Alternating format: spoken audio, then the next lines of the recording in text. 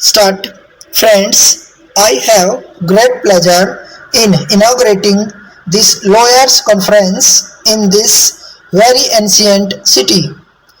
Being myself a lawyer, my happiness is all the more greater to meet some old faces and also young people engaged in this very noble profession.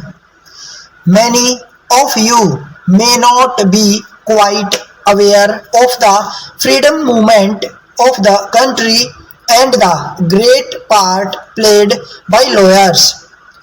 If you turn the page of our history, you will certainly be very happy to know and also feel proud about it that it was left to brilliant lawyers from various parts of the country to lead and guide the freedom struggle. In those days, I know there were lawyers in the profession who were having a good practice in the bar and influential with the then government. They never hesitated to leave their profession and also lose huge sums of money which they were earning to join the freedom movement at the call of the father of the nation. After winning freedom for the country, many efficient members of the profession entered the legislatures and the constituent assembly. They sat together with the other members of the various other professions and had drafted the present constitution, which is praised by many people in other countries. They have also taken part in the administration of the states in various capacities. Now we find that the same spirit continues in them, and many of them have associated themselves with some of the political parties. I hope the parties concerned in journal and the country as a whole will stand to gain by their valuable advice in all matters relating to administration.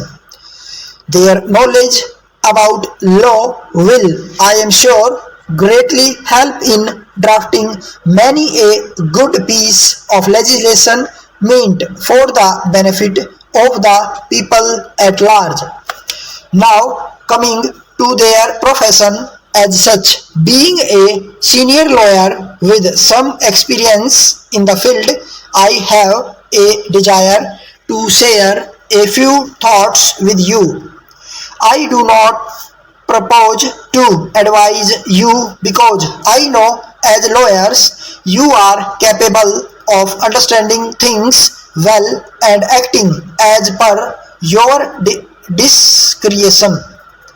Nevertheless, it is my duty to suggest to you that you should keep yourself informed of the events taking place in the country. You should know something of everything under the sun. No doubt, a thorough knowledge of fundamental law and special laws is very necessary if you want to make a mark in your profession. It is also needless for me to say that you should be thoroughly honest in your dealings with everyone, where it be your clients, the judges, or others. In conclusion, I would like to refer to another matter. Occasionally, we hear complaints against members of the profession being involved in professional misconduct. It pains me to a great extent. I know that most of the complaints may be untrue or partially true. Nevertheless, you should guard yourself against even a suspicion and be good examples of honesty and integrity. Thank you. Letter dated 25th November 1988 from Krishna Engineering Works, Rohtak to the General Manager, Bharat Heavy Electricals, Dubai. Dear Sir, kindly refer to your letter of 10th November. As the undersigned had been out of station for a fortnight in connection with a business tour in the north, there has been this delay in sending you a reply.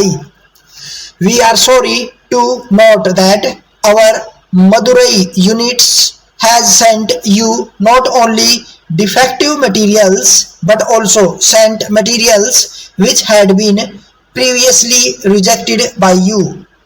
We have taken up the matter with the works manager of the Madurai unit and will revert to you on receipt of reply from him.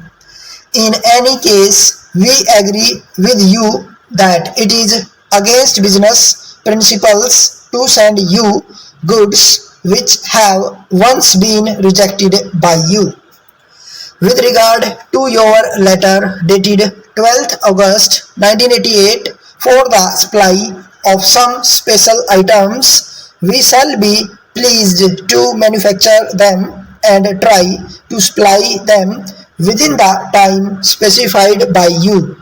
Of course, these are special items which require greater care and superior quality of raw materials. We assure you of our prompt and efficient service. Yours faithfully, Stop.